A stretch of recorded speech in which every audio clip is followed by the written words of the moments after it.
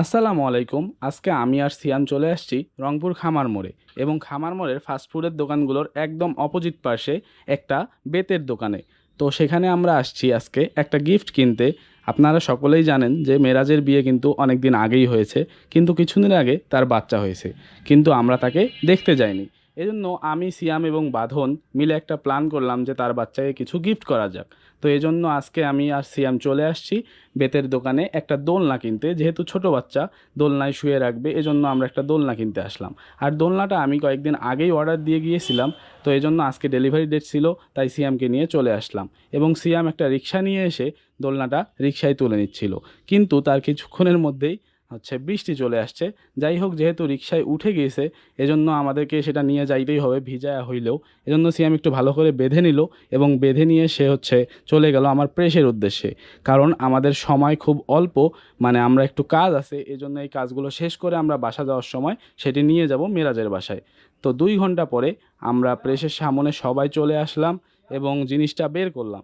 বের করে এখন আবার রিকশায় তুলে নিব, রিকশায় তুলে নিয়ে যাব মেরাজের বাসার উদ্দেশ্যে।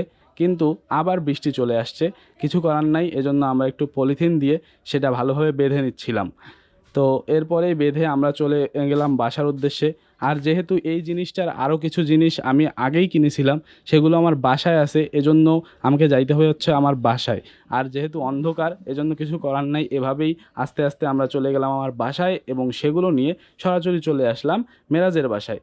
আর এসে দেখি এখানে আরও অন্ধকার, এত বাতাস, মানে রংপুরে কালকের আবহাওয়াটা সবাই জানেন এতটা খারাপ ছিল।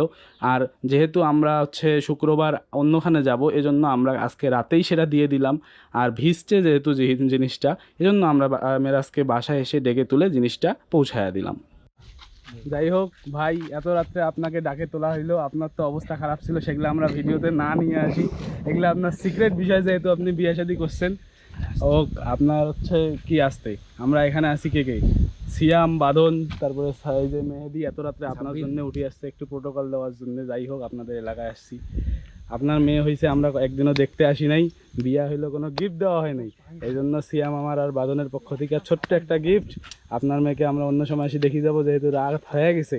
যাই হোক, আপনার জন্য দোয়া এবং ভালোবাসা রাখলো, এরকম আরও শত শত বাচ্চার বাবা হন আপনি, আপনি আরো শত শত বাচ্চা জন্ম দেন, একটা অন্তত ফুটবল টিম তৈরি করেন।